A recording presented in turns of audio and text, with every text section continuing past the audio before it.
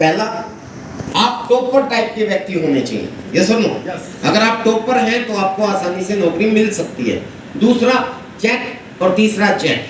Check का मतलब देने के लिए रिश्वत होनी चाहिए, आपके पास पैसा हो, और चेक का मतलब बैक हो, आपके पास सिफारिश हो। अगर ये तीन क्वालिफिकेशन है तो नौकरी मिल जाती है, अदरवाइज आम नॉर्मल एजुकेटेड व्यक्ति को आसानी से नौकरी नहीं मिलती। यही कारण है कि चपरासी की भी वैकेंसी निकलती है तो लाखों लोग अप्लाई करते हैं। पानीपत के अंदर अपने हरियाणा की बात बता रहा हूँ मैं, आज जो भी बातें करूंगा आपके आसपास की बातें करूंगा, कोई हाई फाई बातें नहीं करने वाला, आपको समझ में आ जाएगा। पानीपत में 13 वैकेंसी थी सिर्फ चपरासी के लिए कोर्ट में। ये न्यूज़ मेरे यूट्यूब चैनल के ऊपर एक मेरे वेबिनार में भी मैंने दिखाई है, आपने भी पढ़ी होंगी, हरियाणा में है आप लोग की। 13 वैकेंसी थी सिर्फ। 4200 तो ऐसे बच्चों ने अप्लाई किया था जो MBA PhD डॉक्टरेट किए हुए बच्चे थे, इंजीनियरिंग किए हुए बच्चे थे, यानी कि 4200 बच्चे तो वो थे। बाकी जितने भी थे और भी 10वीं 12वीं प्लस 2 जो भी थे, बाकी ग्रेजुएशन, वो तो दुनिया भर के लोग। आपको क्या लगता है कि 4200 ऐसे बच्चों ने चपरासी बनने के लिए अप्लाई किया, क्या वो इंजीनियरिंग चपरासी के लिए की थी उन्होंने? और उनको क्या मिल गई नौकरी? नहीं, मिलनी थी सिर्फ 13 बच्चों को। ये आलम है, कंप्यूटराइज युग है सर, कंप्यूटर आ गए हैं, नौकरियां खत्म हो गई। आने वाला समय और भी खतरनाक हो रहा है, पहले ही बता रहा हूँ। कंप्यूटराइज के साथ साथ अभी रोबोटिक युग आ रहा है, रोबोट आ रहे हैं। उसके आने वाला एक और खतरा है बहुत बड़ा, AI आर्टिफिशियल इंटेलिजेंस आ रही है। तो नौकरियां ऐसी नहीं है कि क्रिएट हो जाएंगी। आपको मैं प्रधानमंत्री, मतलब कहते हैं ना, एक सरकार आती है, कोई नारा लेती है, दूसरी सरकार आती है कि बेरोजगारी हटाओ, देश बचाओ, हम बचाएंगे। मैं कहता हूँ कोई नहीं बचा सकता, मेरे को बना दो तब भी नहीं कर सकते कुछ। हेलो, समझ रहे हैं? तो दैट इज द रियलिटी। तो ये सिचुएशन है, महंगाई को कोई कम नहीं करेगा, आपकी जरूरतें कभी भी खत्म नहीं होंगी। हो सकती है क्या? आप नहाना नहीं छोड़ सकते, आप खाना नहीं छोड़ सकते, आप पहनना नहीं छोड़ सकते। आपको अगर कोई मुसीबत आई, बीमारी आई, तो आप डॉक्टर से इलाज करवाना नहीं छोड़ सकते। आप अपनी हेल्थ के ऊपर खर्च करना नहीं छोड़ सकते। यस और नो? तो आपके खर्चे चलते रहेंगे, वो नहीं रुकेंगे, भले ही आपको नौकरी मिले ना मिले, आपका बिजनेस चले ना चले। यस और नो?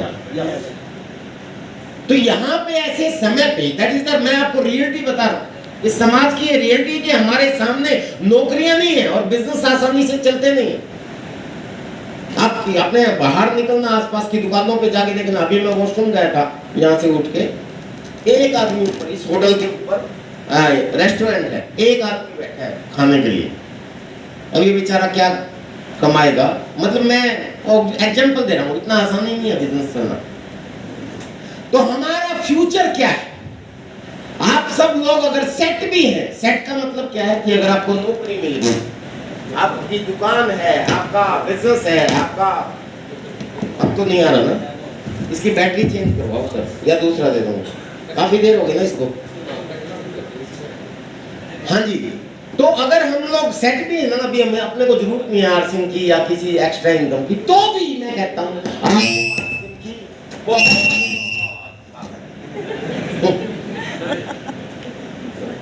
यहाँ खड़ा होना है ना, माइक की वजह से प्रॉब्लम आएगी। हाँ जी, वो आदत नहीं है ना, थोड़ा सा कंट्रोल करो भाई। कौन है इसका? कोई ऑपरेटर नहीं है क्या? चलो चलो, अब ठीक है, क्या बात है सर, आपका हाथ तरफ गया तो कमाल हो गया।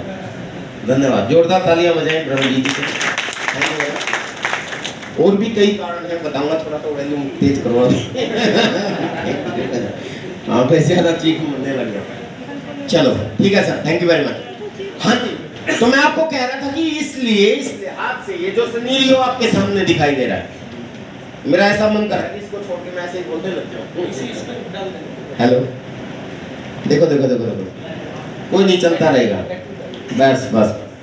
हेलो हेलो हेलो हेलो, मैं testing, hello hello hello hello hello. एक बार तो इसको हटाओ, इसका रेंज का मामला है शायद। Hello hello hello hello hello, testing, hello, thank you, हो गया, ठीक, धन्यवाद। तो मैं आपको बता रहा था कि अगर आपकी पोजीशन ऐसी भी है, अगर आपका गुजारा सही चल रहा है, अगर आपके पास इनकम भी अच्छी है, तो भी मैं कहता हूँ आर्ट्स एंड बिजनेस की आपको जरूरत नहीं है, मजबूरी है, करना पड़ेगा। और आज मेरा टॉपिक यही है कि क्यों है। जानना चाहते हैं? जानना बहुत ज्यादा इसलिए भी जरूरी है कि जब तक हमें किसी चीज की सही जानकारी नहीं होती वो चीज हमारे लिए फालतू बेकार और बकवास होती है। देखिए खर्चे बंद नहीं हो सकते। कोविड के समय में दुनिया का धंधा बंद हो गया, हुआ कि नहीं हुआ बताओ? एक रिक्शा चालक की रिक्शा रुक गई और इंडस्ट्रियलिस्ट की इंडस्ट्री भी रुक गई, बड़े बड़े अरबपति को नुकसान हुआ। लेकिन ऐसे समय पे क्या हमारे खर्चे बंद हो गए थे? नहीं, हमारे खर्चे बंद नहीं हुए, हमारी इनकम भले ही बंद हो गई। फोन कर लीजिए, पहले बोल के देखते। हेलो हेलो हेलो हेलो, हाँ ठीक है, कोई नहीं। हमारे खर्चे बंद नहीं हुए, ऐसे ही चलते रहे। जिन लोगों की दुकानें थी, जिन लोगों की प्राइवेट जॉब थी, बहुत से लोगों की नौकरियां छूट गई, बहुत से लोगों के धंधे बंद हो गए, बहुत से लोगों को नौकरी से निकाल दिया गया, बहुत से लोगों की तनख्वाह में आधा कट मार दिया गया, बहुत कुछ हुआ, सबको पता है ये चीज। लेकिन ऐसे समय में क्या आपके खर्चे बंद हुए? नहीं। और यही कारण है कि सारी दुनिया के पूरे हिंदुस्तान में सबके काम धंधे खत्म हो गए, सबकी इनकम खत्म हो गई, लेकिन हमारे आरसीएम वालों की इनकम लगातार बढ़ी। पता है आप लोगों को? मेरे को सबसे बड़ी इनकम कोविड में शुरू हुई, मेरे को सबसे बड़ा लेवल कोविड में हासिल हुआ। कारण पता है क्या है? क्योंकि हमारे इस सिस्टम में, हमारे इस बिजनेस में डेली यूज की चीजों से बिजनेस बनता है। यहां बिजनेस बनता है खरीदारी करने से। किस चीज से बनता है? खरीदारी। हर व्यक्ति खरीदार है, यस और नो।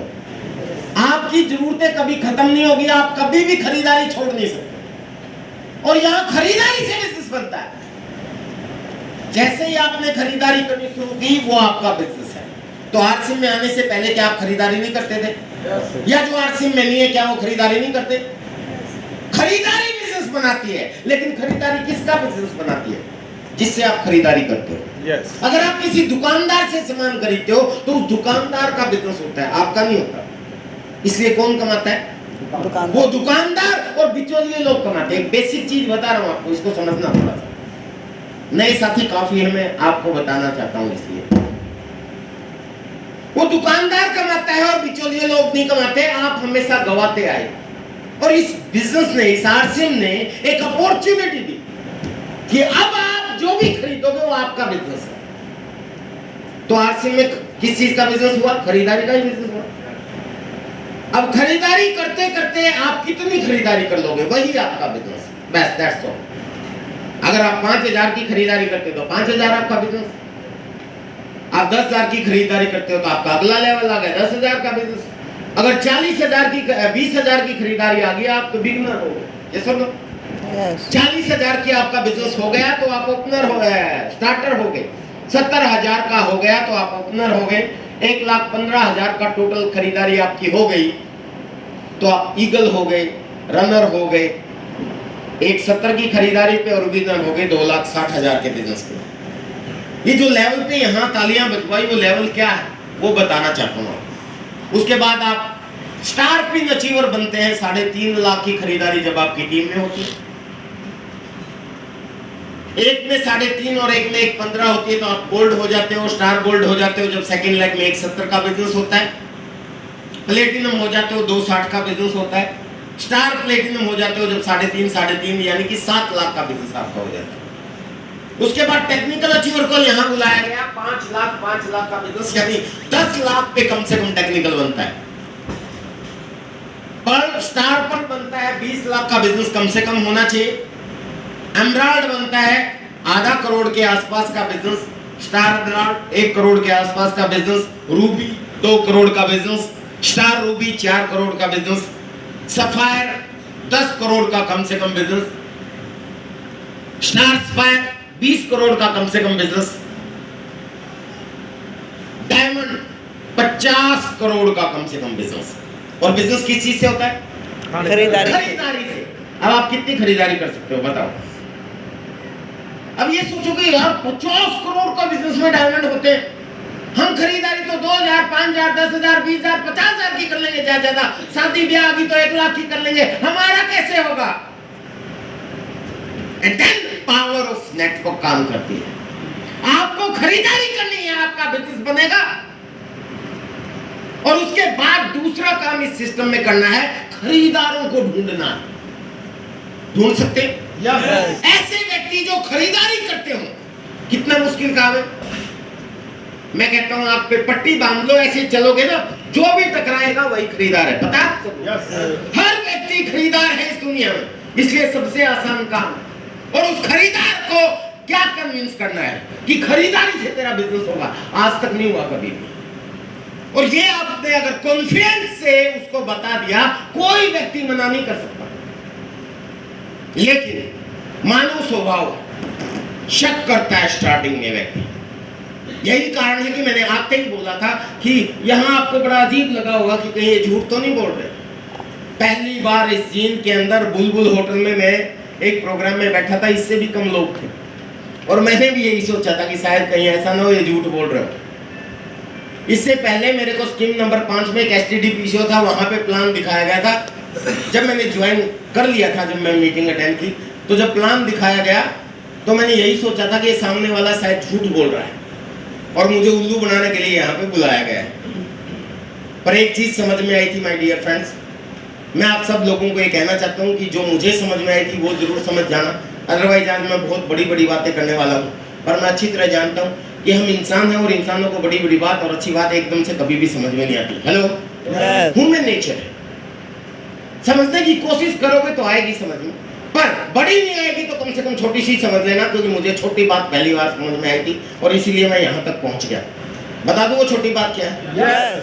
छोटी बात ये है कि मेरे को जब प्लान दिखाया गया तो ऐसे ही बताया गया था एक कागज पे कि इन बिचौलियों को हटा के आप डायरेक्ट प्रोडक्ट ले लो और खरीदार बन जाओ, यहां से आपको बिजनेस आएगा, आपको का बिजनेस बनेगा तो पैसे आप कमाओगे, पहले दुकानदार कमाता था, यानी कि आपके पास पैसे आएंगे। लेकिन शक नहीं आया तो बस यही बात समझ में आई कि मैंने अपने दिमाग से पूछा, नहीं आया तो दिमाग ने पलट के जवाब दिया, आज से पहले कौन सा आ रहा था? यही बात समझ में, आज से पहले कौन सा आ रहा था? जब आज से पहले नहीं आया और इसमें भी नहीं आया तो कौन सी तोप चल जाएंगी, यानी नुकसान कुछ नहीं होगा।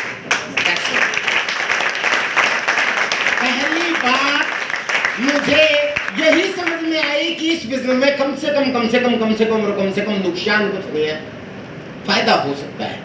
और हम हरियाणा के भाई, मैंने कहा था कि मैं आपके इर्द गिर्द ही रहूंगा, और हरियाणा के अंदर बड़े बुजुर्गों ने बहुत अच्छी बात बोली है कि बेटा जिस काम के करने में नुकसान की कोई संभावना ना हो और फायदे की जरा सी भी गुंजाइश हो, कर देना चाहिए। तैयार है? तो हम सब लोगों को वो काम कर देना चाहिए। और आप भी किसी को प्लान दिखाएं तो आप पूरे कॉन्फिडेंस से जाना चाहिए आपको, क्योंकि सामने वाला आपकी प्लान से पहले आपका कॉन्फिडेंस देखता है। Yes, that is the real. और आपका कॉन्फिडेंस तब बनेगा जब आपको यह पता हो कि मैं सामने वाले का फायदा करने जा रहा हूं, इसका कोई नुकसान नहीं हो सकता इस सिस्टम में। समझ गए? तो पहली चीज तो ये गांठ बांधनी। जैसे श्रवण सर बोल रहे थे ना, अगर आपके पास डायरी है तो ये लिख लो। अगर क्या, मैं तो कहता हूं अगर आपको कामयाबी लेनी है तो डायरी होनी चाहिए, आगे आदत बना ले। ट्रेनिंग्स प्रोग्राम में हम लोग ये सिखाते हैं, कोई भी चीज कोई भी बात आपके दिमाग में आए कि भी हाँ ये तो मैंने नहीं सीखी या ये मेरे काम की हो सकती है, तो डायरी में लिख लें, क्योंकि मानव के इंसान की आदत है वो धीरे धीरे भूल जाता है। मेरे को 23 साल हो गए सर, 2 दशक लगभग इस बिजनेस से 2 दशक पार कर चुका हूँ, 2 दशक का अनुभव है मेरा। मैं थोड़ा सा अपने बारे में बता देता हूँ। इसी जीन शहर का रहने वाला हूँ। 5वीं क्लास में रद्दी अखबार के लिफाफे बना के इसी जीन शहर की मार्केट में बेचता था। पैसे नहीं थे हमारे पास, गरीब फैमिली का लड़का हूँ। 8वीं क्लास में किस्तों में साइकिल खरीदी मैंने। गोहाना रोड पे तुलसी साइकिल स्टोर है, आज भी अगर आप जाओगे गोहाना रोड पे, रानी तालाब से थोड़ा सा पहले ही साथ में तुलसी साइकिल स्टोर है, उससे मैंने किस्तों में साइकिल खरीदा था 8वीं क्लास में, ताकि मैं अखबार बांटने का काम ले सकूं। कुछ नहीं था मेरे पास। जिस समय मैं 11वीं क्लास में हुआ, अच्छा कराटे का खिलाड़ी बन गया, बच्चों को कराटे सिखाने लगे इसी जीन शहर के अंदर। सीनियर सेकेंडरी स्कूल में मैं स्टूडेंट रहा, उस स्कूल में मैं बच्चों को कराटे सिखाता था। उसके बाद मैं ग्रेजुएशन करने के लिए रोहतक चला गया एमडी यूनिवर्सिटी वेस्ट कॉलेज में। मेरे क्लासमेट मेरे साथ बैठे हुए हैं, आज बड़ा सौभाग्यशाली हूँ मैं, और आप भी, क्योंकि आपको मैं इनसे मिलवाऊंगा। ये मेरे साथ पढ़ते थे, उस समय मेरे रूममेट भी रहे हैं, इनको मैंने आज स्पेशल बुलाया है। ये मेरे बहुत से राज जानते हैं। हेलो, हो सकता है मेरी कई पोल खोल दें, इसलिए मुझे देख के बात करनी पड़ेगी, थोड़ा सा झूठ नहीं बोल सकता मैं बिल्कुल भी। और ऊपर से मेरा रिश्ते में चाचा लगता है, कुछ भी कर सकता है। हेलो तो ये सर थे, ये भी मेरे साथ कराटे भी सीखते थे हम, क्योंकि हम जोली हैं बिल्कुल, लंगोटिया यार जिसको बोलते हैं। तो ये भी कराटे कोच है, मैं भी कराटे कोच हूँ। उसके बाद जिस कॉलेज में हम पढ़ते थे, उस कॉलेज में हम लोगों ने कराटे सिखाना शुरू किया। सर गोड ब्राह्मण में सिखाते थे, मैं वहाँ पे सिखाता था ताकि एक्स्ट्रा पैसा। उसके बाद दिल्ली चला गया मैं वहाँ इंजीनियरिंग करने के लिए। वहाँ पे लोधी कॉलोनी में, मैं लोधी गार्डन में कराटे सिखाता था बच्चों को। हर रोज सुबह वहाँ से 17 किलोमीटर दूर बच्चों को कराटे सिखाने के लिए जाता था, KSK एकेडमी पब्लिक स्कूल में। इस तरीके से मैंने अपनी पढ़ाई पूरी की। ये मेरा बैकग्राउंड है, इसलिए बता रहा हूँ कि ऐसे बैकग्राउंड से अगर मैं यहाँ तक पहुँच सकता हूँ तो यहाँ बैठा हुआ व्यक्ति पहुँच सकता है। अब उसके बाद पढ़ाई कंप्लीट करने के बाद नौकरी नहीं मिली सर, खूब धक्के खाए, कोई नौकरी नहीं मिली। जींद में आया मैं, पापा जी ने बुला लिया, उनकी मेहनत की कमाई थी, 2 लाख रुपए उन्होंने दिए, 2 लाख रुपए कर्ज लिया और एक पार्टनर ढूंढा। तब जाके मैंने कंप्यूटर सेंटर खोला इसी जींद शहर के अंदर। बच्चों को कंप्यूटर सेंटर पे बच्चों को कंप्यूटर सिखाने लगे और सुबह 5 बजे कराटे भी सिखाने लगे। तो मेरी जिंदगी ठीक ठाक चलने लगी। उस समय घर वालों ने मेरे हाथ पीले कर दिए। हाथ पीले करते कि पैर पीले करते? लेडीज के हाथ पीले किए जाते हैं, मतलब हमारी शादी भी हो गई। कहा जाता भी हाँ, उस समय शादी भी हमारी हो गई। और वाहन के रूप में मेरे पास उस समय साइकिल होता था एटलस का, जो तुलसी साइकिल स्टोर से 8वीं क्लास में किस्तों में खरीदा था। ये मेरा बैकग्राउंड है। ऐसे ही चल रहा था, ऐसा लगता था कि जिंदगी ठीक ठाक चल रही है। 10,000 के आसपास की मेरी इनकम होती थी कराटे और कंप्यूटर के मिला के, और मैं अब सोचने लग गया था कि अब जिंदगी ऐसे ही चलेगी। लेकिन जब आपके सपने होते हैं, वो कहा जाता है कि ऊपर वाला समय पर आपको अपॉर्चुनिटी देता है। अगर आप उसको पहचान के उसको अपना लो और उसमें काम